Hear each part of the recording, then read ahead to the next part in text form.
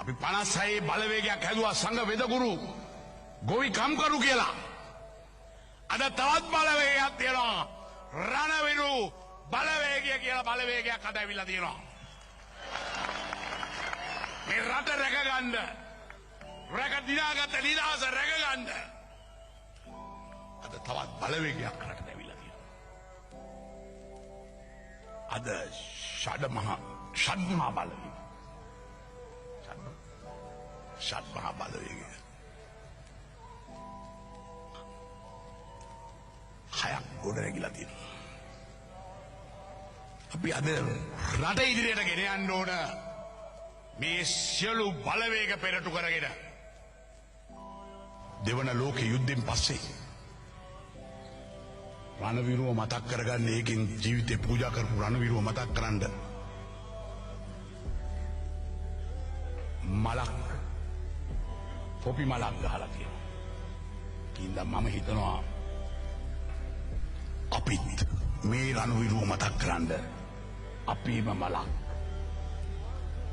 මලක් රණවිරු මලක්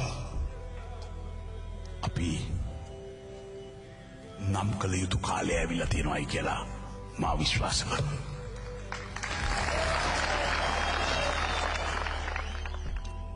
ම්ලේච්ඡ ත්‍රස්තවාදය පරාජය කරන බවට දුන් පොරොන්දුව ඉටු කළා සේම රට ගොඩනැගීමේ පොරොන්දුවද මල්පල ගන්වන බව ජනාධිපතිතුමා කියා සිටියේය.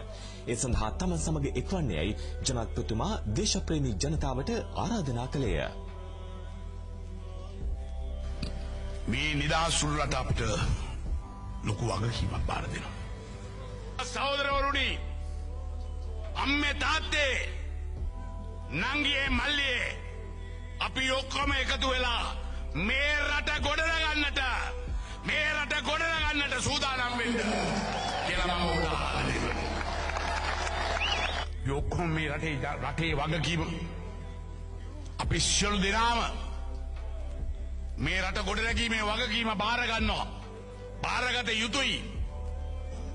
මේ සඳහා කැපවුණු සියලුම රණවිරුවන්ට සහ ඔවුන්ගේ දෙමව්පියන්ට, දූ දරුවන්ට, බිරියන්දාට අපේ ආචාර්ය, අපේ උපහාරය ජනතාව වෙනුවෙන් මම මේ අවස්ථාවේදී පුද කරමි.